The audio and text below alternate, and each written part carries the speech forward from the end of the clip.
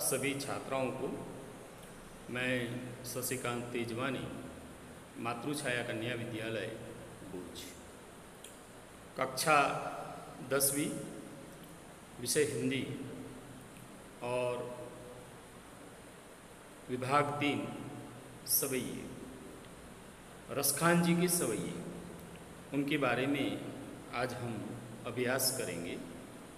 सबसे पहले तो मैं आपको बताऊं कि कवि रसखान जी एक महान कवि थे।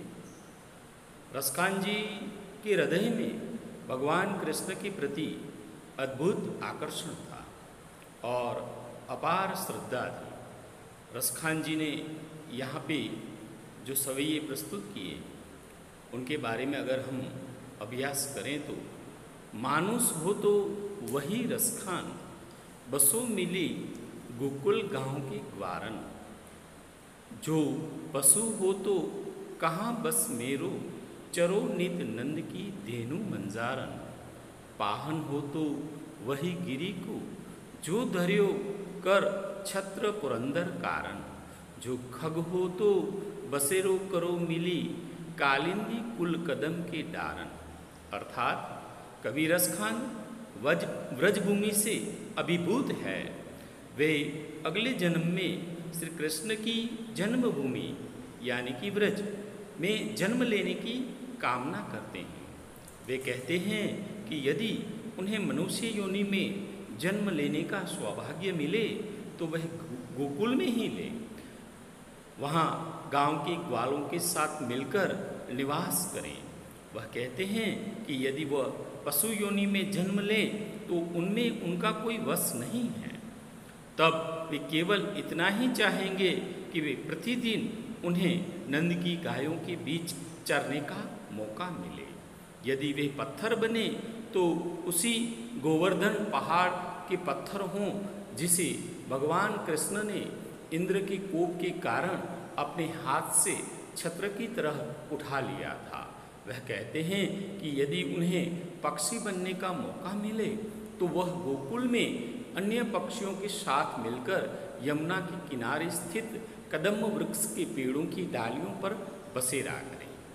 फिर से अगर देखें हम मानुष यानी कि मनुष्य वह बनते हैं अगर तो गोकुल के गांव में वह जन्म लेना चाहेंगे और उस ग्वालों के नंद की जो गायें हैं, उनके जो ग्वाले हैं, उनके साथ वह रहना चाहते हैं। अगर वह पशु बने उनमें उसका कोई बस नहीं है, लेकिन वह नंद की गायों के बीच में वह चरना चाहते हैं। पाहन यानी कि पत्थर बने तो वही गोवर्धन पर्वत का पत्थर बने। गोवर्धन पर्वत की बात यहाँ पे यही है कि जब इंद्र ने कोप किया था, बहुत बारिश हुई और उस बारिश के कारण कई दिनों तक बारिश चली और जो है उससे बचने के लिए भगवान कृष्ण ने अपनी तर्जनी से उस गोवर्धन पर्वत को उठा लिया था। कर्म ने हाथ से पर्वत को उठा लिया था और बहुत बड़ी बारिश से गांव लोगों को बचाया था। और पुरंदर यानी कि इंद्र। खग का मतलब होता है यहाँ पे पक्षी। अगर वह पक्षी बनेंगे तो वह कालिंदी कुल कदम, जो कदम के पेड़ होते हैं उन पर वह बैठना चाहेंगे। तो यहाँ पे ब्रज में जन्म लेने की कामना कवि रसखान को ब्रज की प्रत्येक वस्तु महान और लुभावने लगती है। यह भूमि कवि के हृदय में समा चुकी है। किसी भी रूप में क्यों न हो, वे हर स्थिति में अपने अगले जन्म में व्रज में ही जन्म लेना चाहते हैं। या लपूटी अरु कामरिया पर, राज तिहूँ पुर को तजी डारो। आठों सिद्धि नौ निधि को सुख, नंद की धेनु चराए विसारो। रसखान कबो इन आँखिन सो, ब्रज के बन बाग तड़ाप निहारो। कोटि कहूँ कल धोत के धाम, करिल के कुंजन ऊपर वारो। अर्थात कवि रसखान जी कहते हैं कि यदि मुझे श्री कृष्ण की वह लाठी और कमली, कमली मने कंबल, पाने का अवसर मिले, जिन्हें लेकर कृष्ण की गायें चराने जाया करती थी, तो उनके लिए मैं आकाश, पाताल, मृत्यु लोक, तीनों लोकों का राज्य भी त्याग दूँ। और वे कहते हैं कि यदि मुझे नंद की गायों को वन में जाकर चराने का सौभाग्य मिले, तो उनके बदले में अमूल्य 8 सिद्धियाँ और 9 निधियाँ से प्राप्त होने वाले सुख को भी बुला दूँ। यहाँ पे 8 निधियों की बात है, सिद्धियों की बात है और 9 निधियों की बात है। 8 सिद्धियाँ योग द्वारा प्राप्त होने वाली 8 सिद्धियाँ यह है अणिमा, लघिमा, प्राप्ति, प्राकाम्य, महिमा, ईशित्व, वसित्व, कामावसायिता। और 9 निधियों की जो बात है, कुबेर के खजाने की जो बात है, कुबेर के 9 खजाने पद्म, महापद्म, शंख, मकर, कच्छप, मुकुंद, कुंद, नील और खर्व, ये 9 निधियाँ हैं। यानी कि 8 सिद्धियों और 9 निधियों से प्राप्त होने वाले सुख को भी बुलाने के लिए तैयार हैं।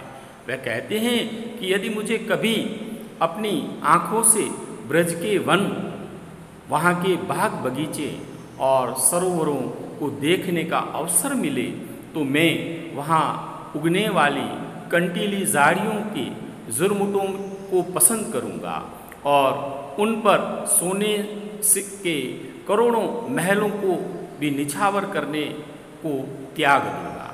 यहाँ पे रसखान जी कृष्ण भगवान की अनन्य भक्ति का वर्णन है, यानी कि एक समर्पण की भावना उन्होंने व्यक्त की है। कवि रसखान श्री कृष्ण के प्रति अपने अद्भुत प्रेम का प्रदर्शन करते हैं। वे व्रजभूमि के प्रति आध्यात्मिक आकर्षित हैं और उनको एक झलक पाने के लिए अपना सारा सुख, सारा वैभव और तीनों लोकों की सत्ता त्यागने को तत्पर हैं। वह भगवान कृष्ण के निकट रहने की इच्छा व्यक्त करते हैं। जा दिनते वह नंद को छोहरो, या बन धेनु चराई गयो है, मोहिनी ताननी गौदन गाई के, बेनु बजाई रिजाई गयो है, ताही धरी कछु टोना सुकै, रसखान हिये में समाई गयो है, कौन काहू की कानी करे, सिगरो ब्रज बीर बिकाई गयो है। अर्थात कवि रसखान जी यहाँ पे कहते हैं कि जिस समय से नंद जी का छोरा यानी कि बेटा श्री कृष्ण इस वन में गायों को चराकर गया है और अपनी मुरली की मनमोहक तान से यहाँ की गायों को रिझा गया है, तभी से वह लोग पर कुछ ऐसा जादू टोना सा कर गया है कि वह जन जन के हृदय में घर कर गया है। तब से ब्रज में ऐसी हालत हो गई है कि कोई किसी की परवाह ही नहीं करता। लगता है जैसे सारे ब्रजवासी नंद जी के छोरे पर न्योछावर हो गए हैं। यहाँ पे जन जन के दिलों में जो हैं भगवान कृष्ण, नंद जी का छोरा बेटा मनमोहक हाव भाव से ब्रजवासियों पर लगता है कि जैसे कोई जादू टोना सा कर गया है। उन लोगों के दिलों में वह समा सा गया है। सारा व्रज उनका दीवाना सा हो गया है। मोर पंखा सिर ऊपर राखी हो, गुंज की माल गले पहिरोगी, ओढ़ी पीताम्बर ले लकुटी बन, गौदन ग्वारन संग फिरोगी, बाव तो वो ही मेरो रसखानी, सो तेरे कहे सब स्वांग भरोगी, पै मुरलीधर की अधरान धरी अधरान धरोगी, अर्थात कवि रसखान यहाँ पे बताते हैं कि श्री कृष्ण के प्रति गोपियों की प्रेम का वर्णन करते हुए कहते हैं कि गोपियाँ श्री कृष्ण के लिए वह सारा स्वांग करने के लिए तैयार हैं जो कुछ करना उनका कृष्ण को प्रिय था। गोपियाँ कहती हैं कि वे कृष्ण की तरह सिर के ऊपर मोर के पंख धारण करेंगी। वे अपने गले में लाल रंग के गुंजों की माला धारण करेंगी।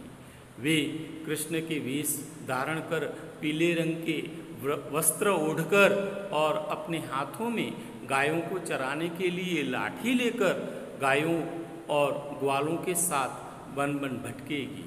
वे कहती हैं कि अपने कृष्ण के लिए वे उनके सारे रूप धारण करेगी, स्वांग करेगी जो उन्हें अच्छे लगते हैं, पर वे एक स्वांग कभी भी नहीं करेंगी जो श्री कृष्ण जी किया करते थे।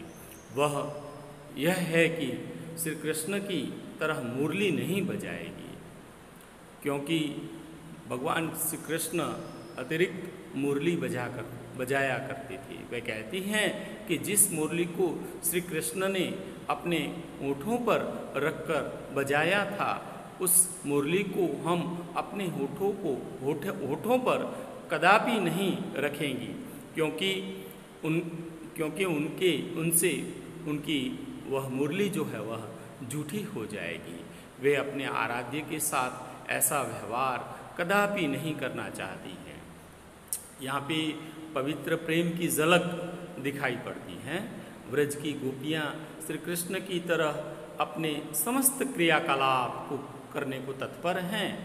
वे हर तरह का स्वांग करने के लिए तैयार हैं, पर उस मुरली को श्री कृष्ण ने अपने होठों पर रखकर उसकी मधुर तान से सबका मन मोह लिया था। उस मुरली को वे अपने होठों पर रखने के लिए तैयार नहीं हैं।